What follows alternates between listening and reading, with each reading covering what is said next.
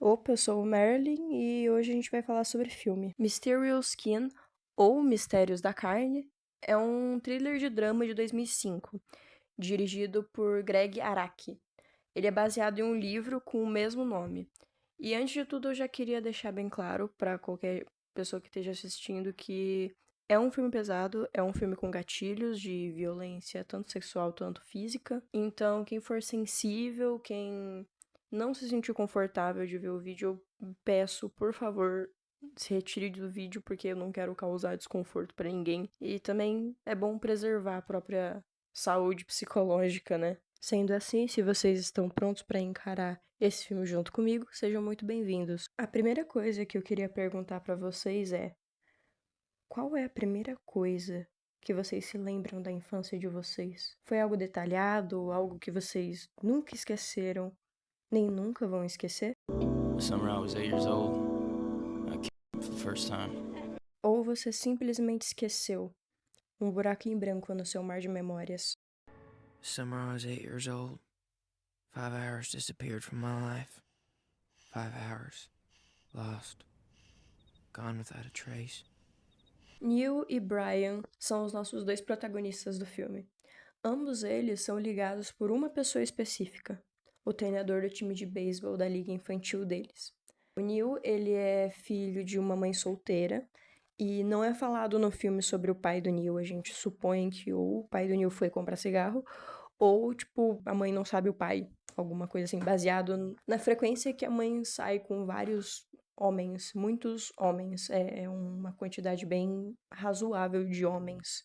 A mãe do Neil e o padrasto do Neil colocam ele numa liga de beisebol para que eles pudessem se divertir sem o Neil em casa e não precisassem gastar com babá, né? Ele não parece nada afim de entrar nessa liga de beisebol, ele parece muito, muito triste, ele não quer, ele não tá muito afim de entrar nessa liga de beisebol, mas mesmo assim, ele faz porque ele é uma criança de 8 anos, né? Brian é um dos dois filhos de um casal não exatamente muito feliz. O pai do Brian e a mãe não parecem se dar muito bem, não tem nenhuma cena em que eles se dão bem no filme, pra falar a verdade. Uma das poucas cenas que o pai do Brian aparece no filme é literalmente pra ser muito rude com o menino, tipo, falar que ele é fraco ou alguma coisa assim. Ele não é exatamente um bom pai, nem um pouco. Ele é bem, bem complicadinho mesmo, sabe? E parece ser mais distante da família no geral. E sendo um pai distante, ele inscreve o Brian em um time de beisebol contra a vontade dele, que ele não parece muito afim de jogar, não. E é aí que tudo começa. Toda a trama do filme gira em torno dessa liga de beisebol. O Neil, ele se torna o melhor do time de beisebol e ele começa a passar muito mais tempo com o treinador. Visitas se tornam frequentes. E por mais que nós, você, espectador, e eu, que tô fazendo esse vídeo, a gente entenda que é uma situação bem responsável, tipo, uma criança saindo com um adulto que não conhece direito, que é só o treinador de beisebol e saindo com esse cara, sabe, indo pra casa desse cara. É uma situação bem estranha e é uma situação bem irresponsável. Mas vamos olhar pelo lado do Neil. O Neil, ele é só uma criança. Ele tem 8 anos e ele depende da mãe, assim como toda criança depende do adulto que o cria. Mas mesmo assim, ao mesmo tempo que ele necessita, ele depende desse cuidado e dessa atenção, ele nota que ele não recebe isso. Maltratar uma criança não é só gritar, não é só bater, não é xingar, não é abusar. Maltratar também é ignorar, também é largar a própria sorte.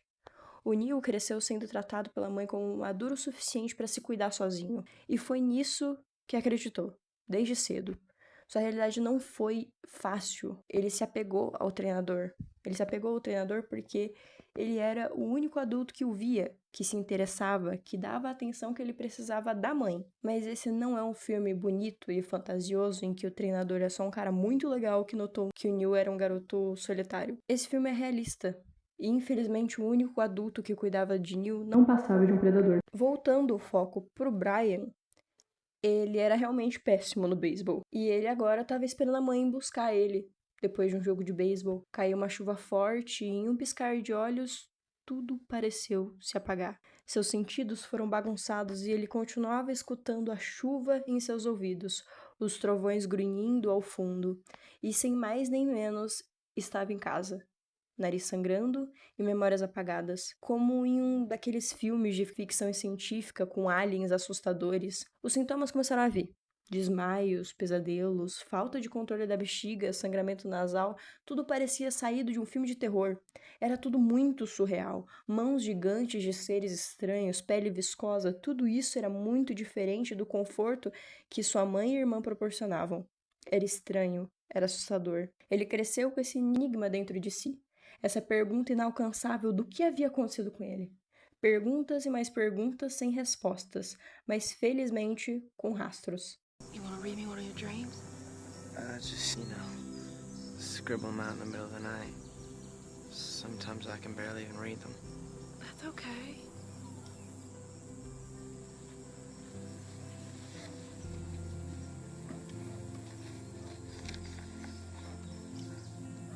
This is from 2 nights ago. There's a blue light in my Little League uniform, and a tall alien is hovering over me. Someone else is with me.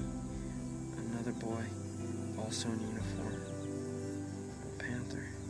Oh, that was the name of my baseball team. Let's see, the alien has big black eyes. He's touching my face. I want to cry out for help. I can't.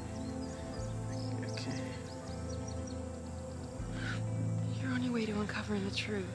Think of yourself as a detective following clues. Maybe concentrate on that other boy in your dreams. He could help you find the answers you're looking for.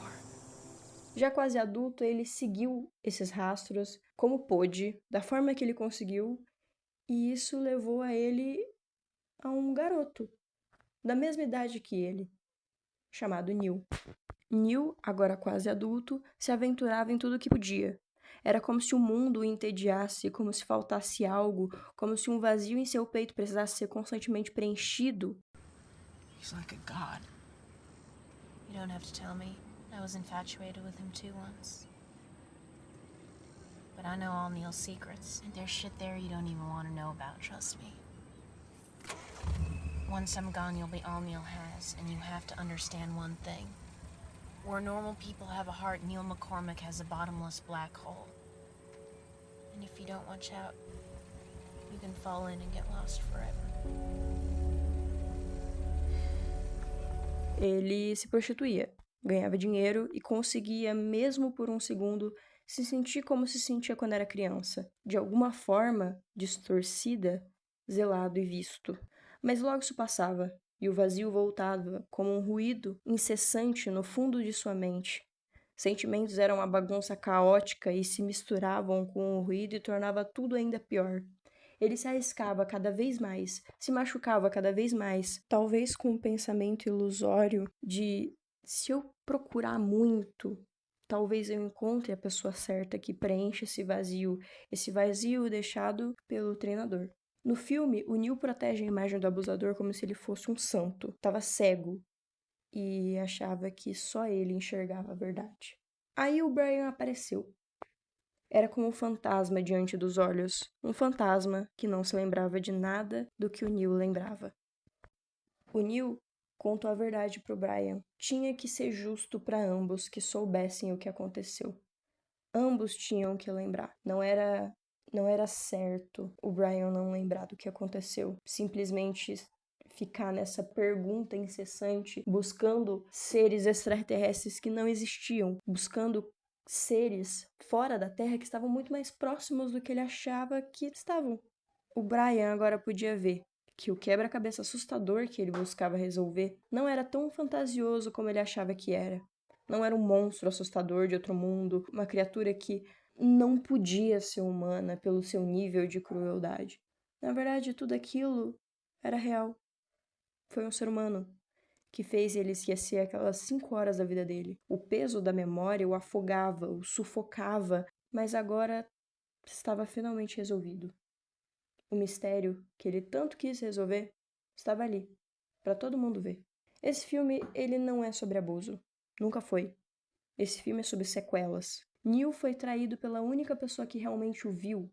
Foi machucado e depois cuidado pelas mesmas mãos que o feriram. E isso é confuso para qualquer um. Imagina para uma criança. Ele criou um vínculo traumático com o abusador. E quando o mesmo foi embora da sua vida, teve uma espécie de compulsão à repetição, que é uma forma do indivíduo tentar controlar o trauma repetindo ele, de novo e de novo, se oferecendo para caras mais velhos de forma perigosa, para tentar de alguma forma achar um conforto que nunca vai conseguir. Não dessa forma, não se ferindo. Pelo que eu interpretei do filme, o trauma de abuso na vida do Brian foi quase como um choque térmico. Por mais que o pai de Brian não tenha sido um pai bom, ele tinha a mãe ao lado dele, que cuidava dele assim como qualquer mãe deveria cuidar do filho. Sofrer uma violência desse nível foi demais. Foi algo forte demais e o psicológico de Brian tinha que se defender dos danos de alguma forma. Então ele decidiu ocultar a memória, decidiu distorcê-la em algo fantasioso e extraterrestre para que a brutalidade daquilo ter acontecido realmente não destruísse Brian. Foi algo inconsciente, algo provavelmente originado de um estresse pós-traumático. Mas lembrando, eu não sou psicólogo, isso é interpretação minha do filme. E o final não é só sobre o Brian ter descoberto a verdade. É sobre duas pessoas que passaram pelo mesmo trauma finalmente tentando digerir o que aconteceu. É sobre olhar em um espelho distorcido, onde por mais que você saiba que aquilo não é exatamente seu reflexo, não é exatamente o que você passa, não é exatamente a sua história, mas de alguma forma ter uma identificação, um entendimento mútuo, uma concordância das duas partes. Nem eu, nem você deveríamos ter passado por isso.